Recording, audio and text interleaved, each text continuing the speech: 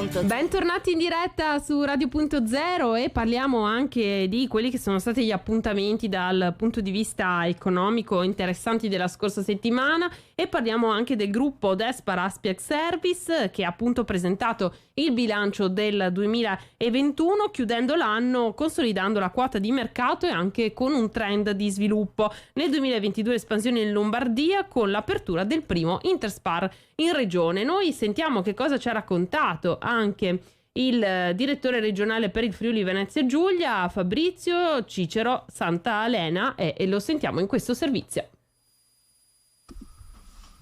Benissimo, allora buongiorno, oggi è la giornata importante per noi, la giornata durante la quale raccontiamo i risultati del 2021. Il 2021 è stato un anno importante, difficile per tutto quello che è successo e per quello che conosciamo, però nonostante questo Despar nel territorio di competenza, parliamo del Triveneto e dell'Emilia Romagna, ha chiuso l'anno con un risultato eccezionale. Abbiamo sfiorato i 2 miliardi e mezzo di fatturato con una crescita dell'1,7%. Abbiamo confermato degli investimenti importanti, abbiamo investito oltre 100 milioni di euro in aperture e ristrutturazioni, 14 sono i negozi aperti tra negozi filiali e affiliati. La squadra Despar è una squadra che è cresciuta ulteriormente, oggi è formata da quasi 9.000 persone. Questo per quanto riguarda il territorio che gestiamo noi, no? Il Triveneto e l'Emilia Romagna. Se caliamo tutto questo all'interno della nostra regione, il fatturato è stato di 626 milioni di euro, 2 sono state le aperture importanti, abbiamo aperto un Eurospar a Trieste a gestione diretta e abbiamo aperto anche un Eurospar a Casarsa della Delizia gestito da un nostro imprenditore, un nostro affiliato. La famiglia Despar in regione ormai ha superato le 2.000 persone, se sommiamo a questo anche i dipendenti, i collaboratori degli affiliati, oggi la famiglia Despar in regione è fatta da più di 2.500 persone, quindi siamo una bella squadra, una squadra affiatata che continua a lavorare per far crescere questa bella azienda.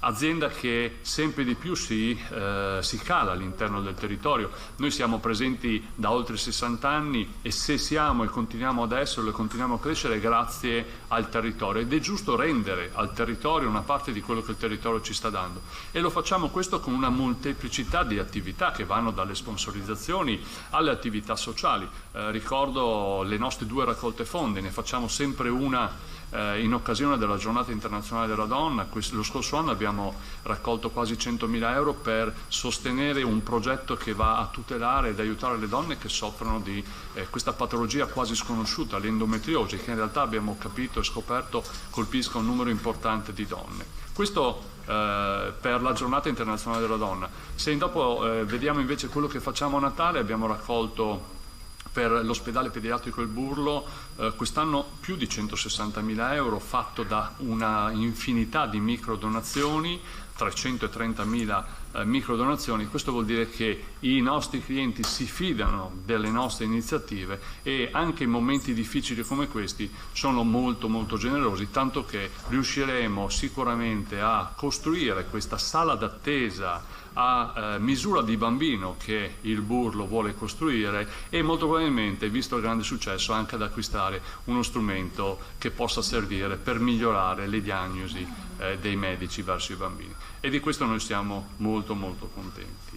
Questa è una parte di quello che facciamo. Lo scorso anno abbiamo sostenuto ancora le questure della regione, è un percorso, abbiamo parlato negli anni delle truffe, abbiamo parlato delle dipendenze, abbiamo sostenuto temi raccontando quali sono i pericoli che si nascondono nel web e in molti altri casi. Quest'anno invece nel 2021 abbiamo sostenuto un progetto per la guida sicura, stampando migliaia di flyer distribuiti all'interno dei nostri punti vendita.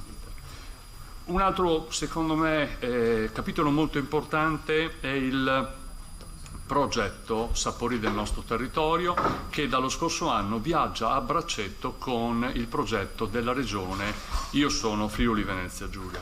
Con questo noi riusciamo a raccontare la storia dei prodotti della regione, la storia dei produttori della nostra regione, per far sì che sempre di più i nostri clienti si affezionino a noi, ma si affezionano a quelle che sono le tradizioni, perché noi dobbiamo essere anche capaci di tramandare le nostre tradizioni per far sì che queste non si perdano. Veneto.